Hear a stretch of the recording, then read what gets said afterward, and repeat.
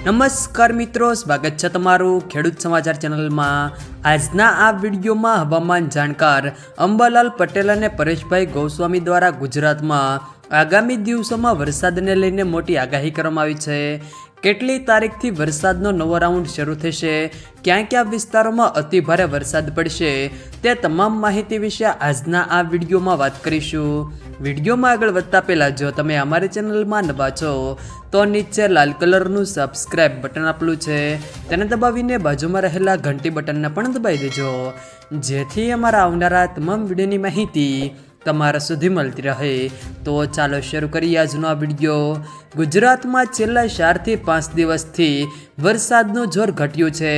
ગઈકાલે રાજ્યના 108 તાલુકાઓમાં હળવાથી મધ્યમ વરસાદ વરસ્યો હતો અને આજે પણ અમુક ભાગોમાં ઝરમર વરસાદ વરસ્યો છે। ત્યારે હવામાન વિભાગ દ્વારા આગાહી કરાઈ છે કે રાજ્યમાં આગામી 7 દિવસ સાર્વત્રિક વરસાદની આગાહી કરાઈ છે। આમ રાજ્યમાં ભારે વરસાદની સંભાવના નહીવત છે। સમગ્ર રાજ્યમાં 5 દિવસ હળવા વરસાદની આગાહી છે।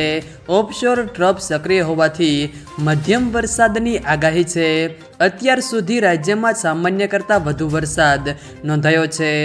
સાથે હવામાન નિષ્ણાત અંબાલાલ પટેલ અને પરેશ ગોસ્વામી દ્વારા વરસાદની મોટી આગાહી કરવામાં આવી છે। અંબાલાલ પટેલે આગાહી કરતા કહ્યું કે 15 ઓગસ્ટથી રાજ્યમાં સારા વરસાદની શક્યતાઓ છે। બંગાળ ઉપસાગરની સિસ્ટમ વધુ સક્રિય થશે।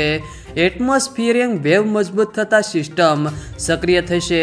દેશના ભાગોમાં ભારે વરસાદની શક્યતાઓ રહેશે। ભારે વરસાદના લીધે પૂરની સ્થિતિ પણ સંભવી શકે છે।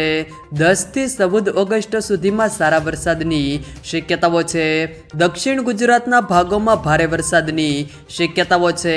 સાથે હવામાન નિષ્ણાત પરેશ ગોસ્વામીએ આગાહીમાં જણાવ્યું છે કે હાલ ગુજરાત પર કોઈ વરસાદી સિસ્ટમ સક્રિય નથી, પરંતુ ભેજને કારણે રાજ્યના કેટલાક વિસ્તારોમાં છૂટો છવાયા સ્થળે ઝાપટા પડી શકે છે।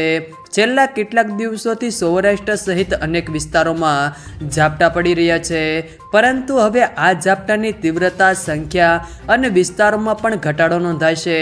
ખેતી કામમાં અડચણરૂપ થાય તેવા ઝાપટા પડવાની હાલ કોઈ શક્યતાઓ નથી। જો મિત્રો વિડીયો પસંદ આવે તો વિડીયોને લાઈક કરો, તમારા મિત્રો સાથે શેર કરો, અને જો તમે અમારી ચેનલમાં નવા હો તો ચેનલને સબસ્ક્રાઈબ જરૂર કરજો, જેથી અમારા આવનારા તમામ વિડીયોની માહિતી તમારા સુધી મળતી રહે।